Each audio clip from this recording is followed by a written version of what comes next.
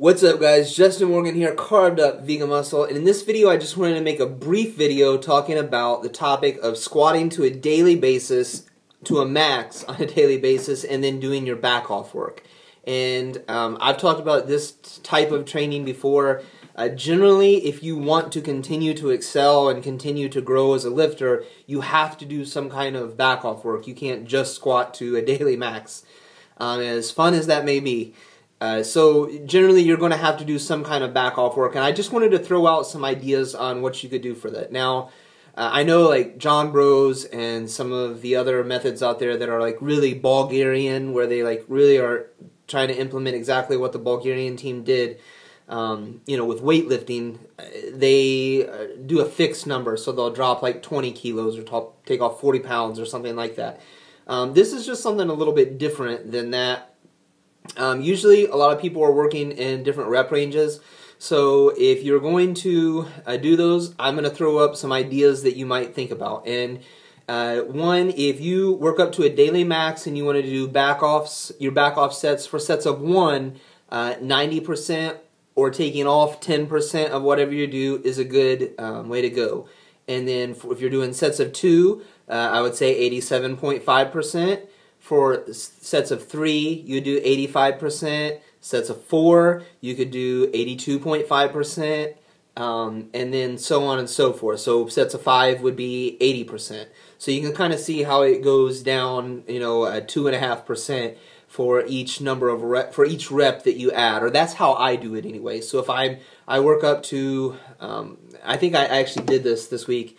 I should have brought my training journal over to show you guys that exactly, but I worked up to 445 pounds on the squat. So what I end up doing, I'll show you my calculator here. So I have 445 pounds that I did, and you're going to take that and multiply that. So you hit the multiplication button, and you're going to multiply that. I want to do it for sets of 3. So I'm going to do the 85%. So times 0.85, that's 85%. And that will equal, you can see, 378 pounds. So, I obviously can't do 378 pounds, so I could either do 375 or 380, or make a decision there about what I wanted to do. So if you're doing 87.5% for sets of 2, which is what I recommended there, you'd take the same thing. So we're going to take the same weight, 445, sorry, 445, hit the times button. And now you're going to do it times 87.5%. So you're going to do times 0.875, like so. So that would be, if you're converting it into a decimal place, or to a decimal, so you can multiply with it, you move the decimal place over 2 spots. So instead of 87.5, you're going to move it over to the 7 and then over to the 8, 2 places. So it'll be 0.875, and that would equal, so then I would do, it's 389. So obviously you can't put 389 pounds on the bar, so you do 390. Put 390 pounds on the bar, and then you do that for sets of 2.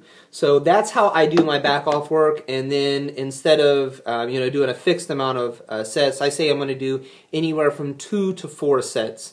And I try to have a running number of sets that I do over the course of the week. So right now I squat 5 days a week. I don't actually squat 7 days a week. I just squat 5 days a week. And I try to get about 20 sets in there. If I'm feeling really run down, I might only do 18 or 19 sets.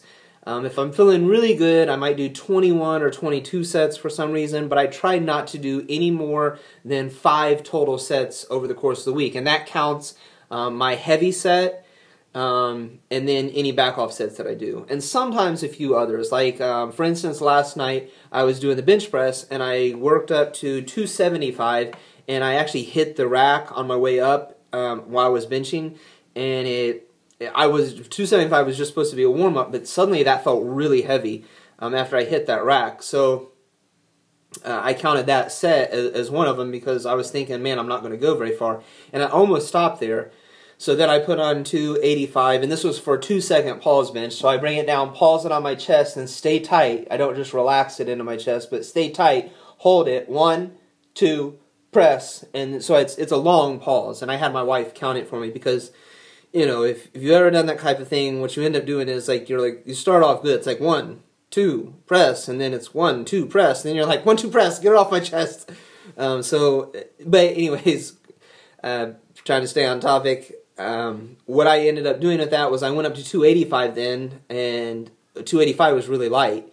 So then I went up to 295, and I was like, 295, that's probably like an RPE of 8.5 or 9.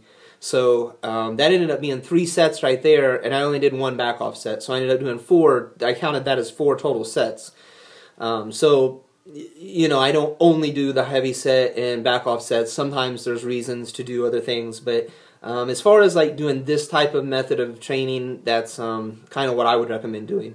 Now, obviously, during certain times of the year, I do higher rep ranges and more hypertrophy-based work. Usually, I only do 1 or 2 back-off sets, you know, if I'm doing sets of 8, 10, and 12, because it's just fatiguing to do that much. And then if I'm doing lower reps, like sets of 4, 5, and 6 for the accessory movements or movements that are like the competition movements, or you know, sets of 1, 2, and 3 for the competition movements themselves, which that's a strength block. I'll do that. I'll do the competition movements for sets of 1, 2, or 3, and then accessory movements for sets of like 4, 5, or 6.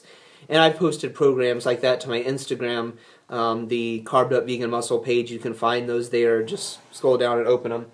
And you know, when I'm doing that type of thing, I may do the same thing that I'm doing right now.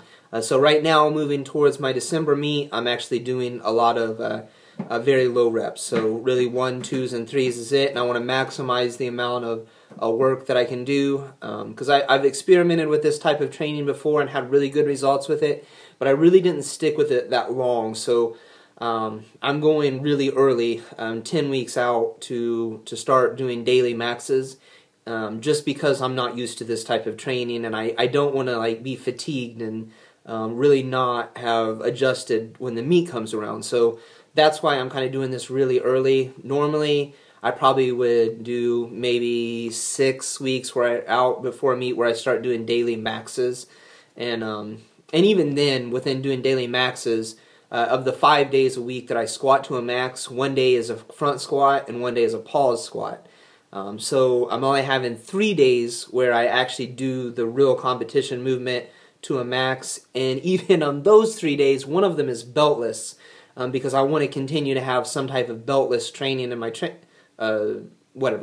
So because I've found a benefit to that. So that's it. Video's going kind of long, and I'm talking a ton. So you guys take it easy. If you have any questions or anything you would like me to cover that I may not have thought of, or that you thought of you know, that you wanted to hear, go ahead and let me know in the description box below. Please like, subscribe, and share the video if you know somebody that you think might benefit from it. You guys take it easy, and I'll talk to you next time.